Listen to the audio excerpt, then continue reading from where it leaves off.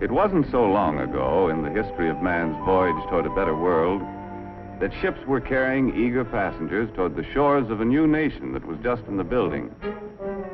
Our forefathers were constructing the foundation of this nation by interlocking inseparably the blocks of our political and economic freedoms.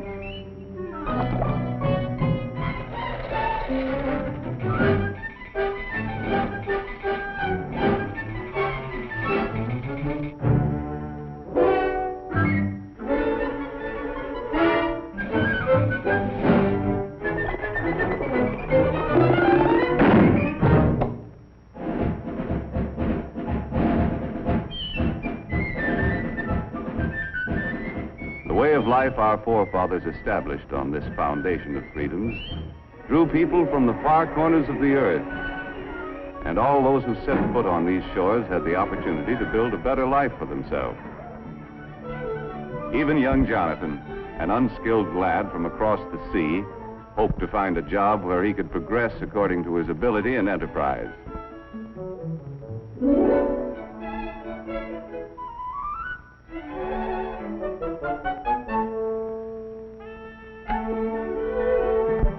As the years passed, Jonathan's earnings increased.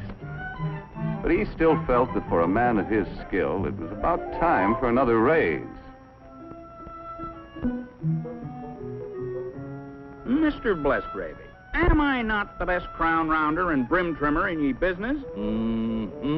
Then verily, methinks I am worth more moolah. That you are, Jonathan.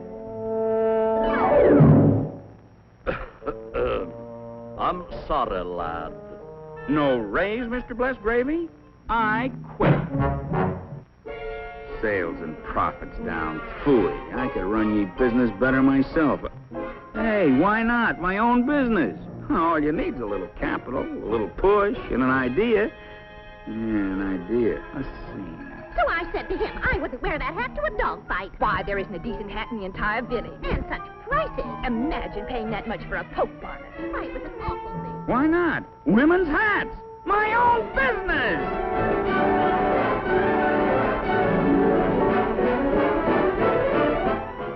Fortunately, Jonathan was thrifty enough to keep a little nest egg for such an emergency. Well, the cost of the building took care of the nest egg. And there was nothing left to pay for the necessary tools and equipment. But happily, Jonathan had a good reputation. And as his idea promised a profit, his friends and neighbors were willing to invest some of their savings in his new business.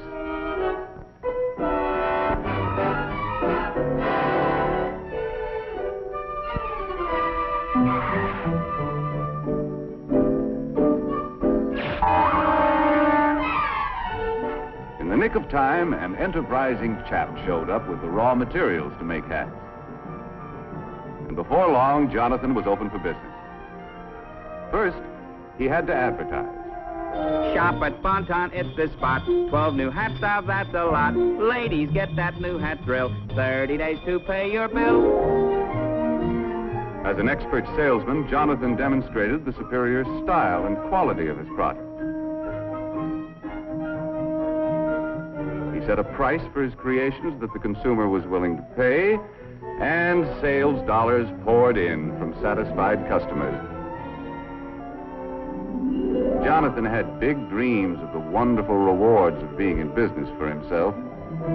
But before he could buy what he wanted, his employees' wages had to be paid. He had to pay taxes.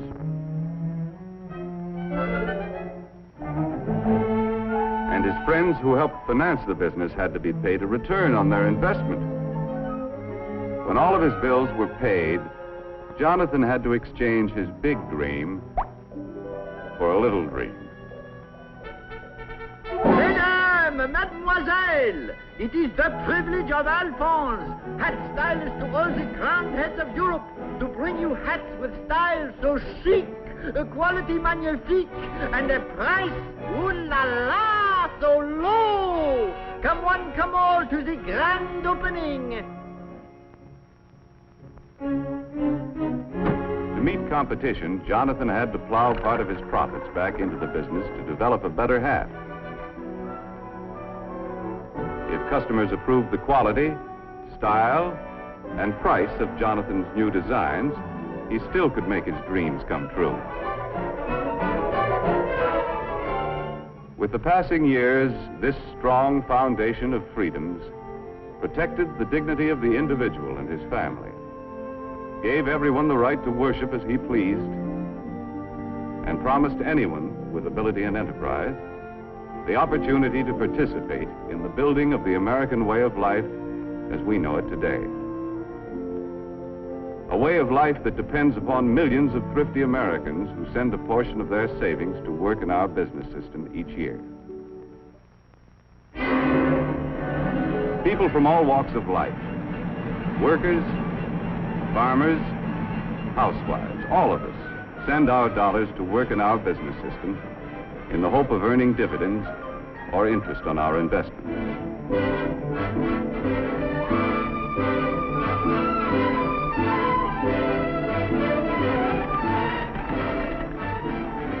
Anyone who has an insurance policy, a bank deposit, or a share of stock is helping to finance our business system. A constant stream of savings dollars must flow into big and small business each year. These dollars help to buy the land, the buildings, the tools and equipment, and create new job opportunities for our expanding population. The goods we produce are distributed to main streets all over the country.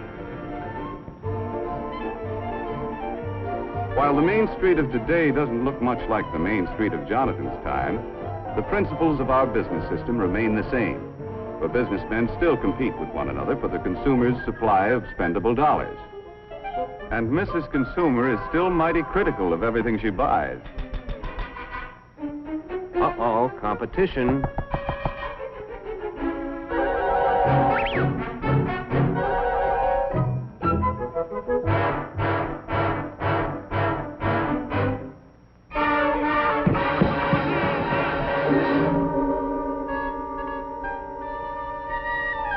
The management of every business has a continuing problem to improve their product to stay ahead of competition, or else.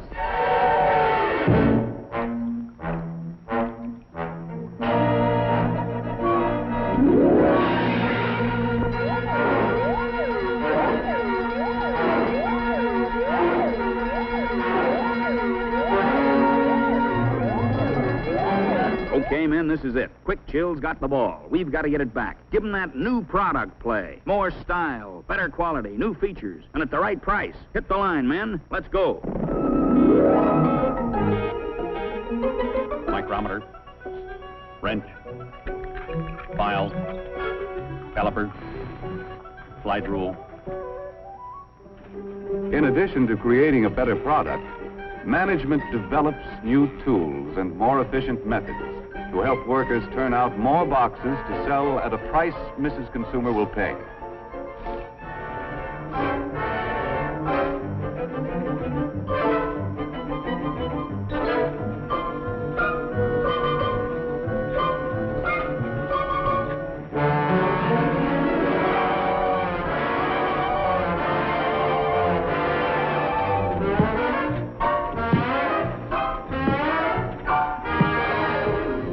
The new features about this better product are advertised to point out its competitive advantages.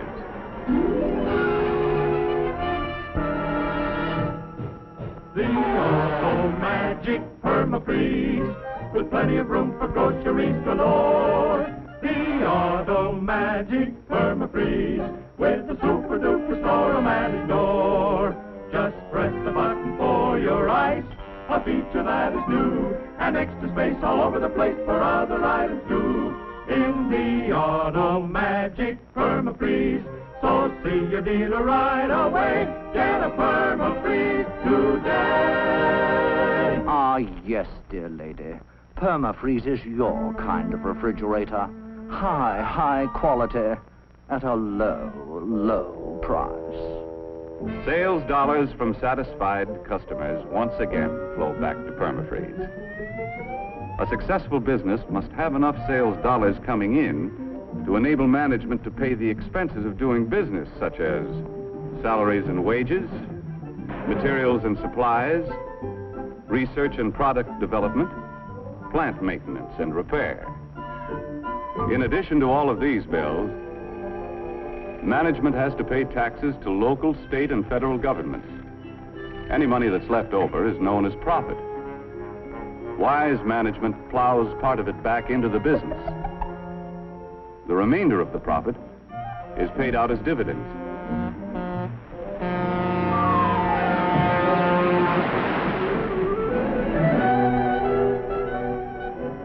These dividends are sent back to investors as a reward for risking their savings in the American business system.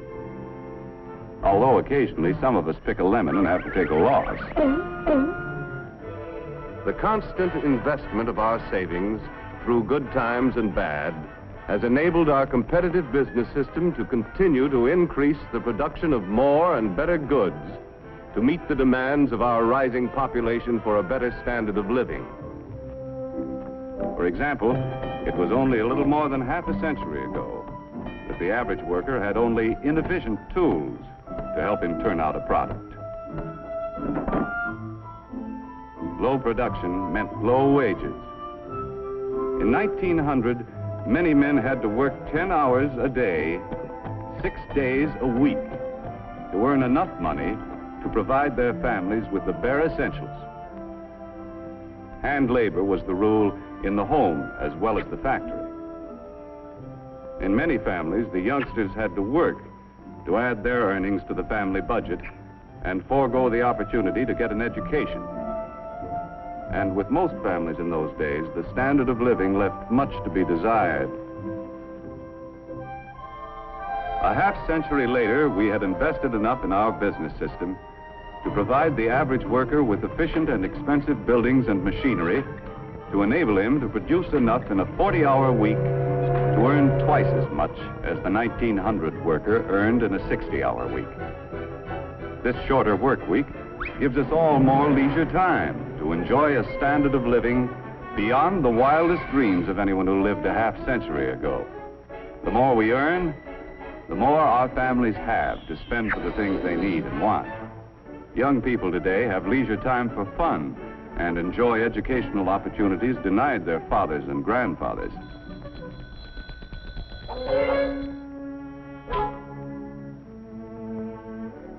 And fortunately, we have been able to raise our standard of living without sacrificing the spiritual side of life, which means so much to the American family. Our business system has continued to provide a better life for our increasing population, in spite of destructive forces which have pounded against our foundation of freedoms with no avail. However, wars, or the threat of wars, interrupt the normal operations of our competitive business system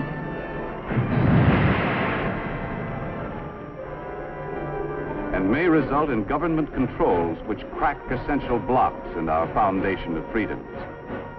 In World War II, wages were controlled. Many workers were frozen to their jobs. Farm prices were controlled. And profits of business were limited. Raw materials were allocated between essential and non-essential business. On Main Street, USA, many of us found less to buy because a good portion of our productive capacity went to the war effort. Prices were fixed, and the available supply of goods was rationed. In war emergencies, we allow government to restrict certain of our freedoms. But we Americans have learned to remove government controls as quickly as possible and to repair the blocks in the foundation of our freedoms to allow our business system to resume its normal operations. While we invest part of our savings to help finance the world's most efficient business system, at the same time we pay taxes to government to finance many kinds of services which also contribute to our way of life.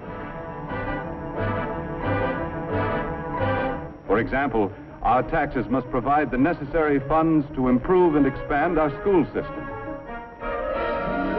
taxes must be sufficient to pay for city streets, health, fire, and police protection, and, of course, aid to the needy.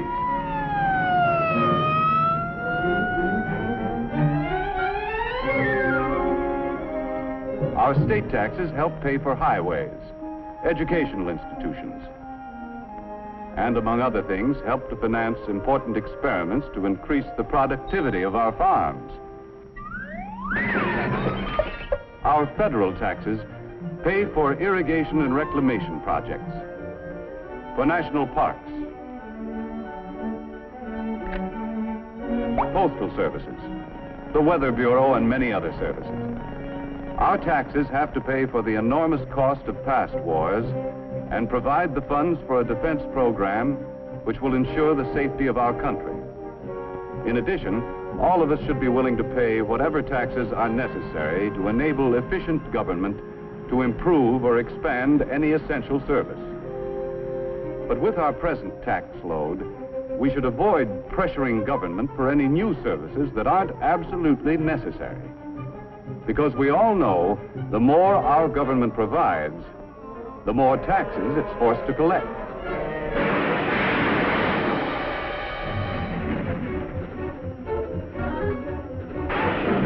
None of us can escape.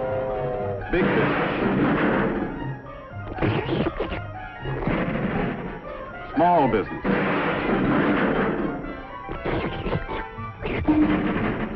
farmers,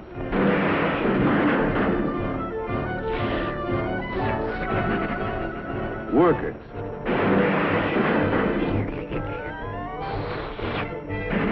housewives, and all of us have to pay our share.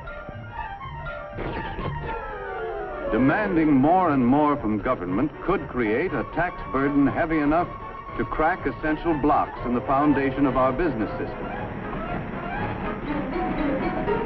Therefore, we shouldn't let our taxes reach a point where they destroy our ability to save and invest. For, as we have seen, our rising standard of living depends upon a constant flow of savings dollars into our business system each year.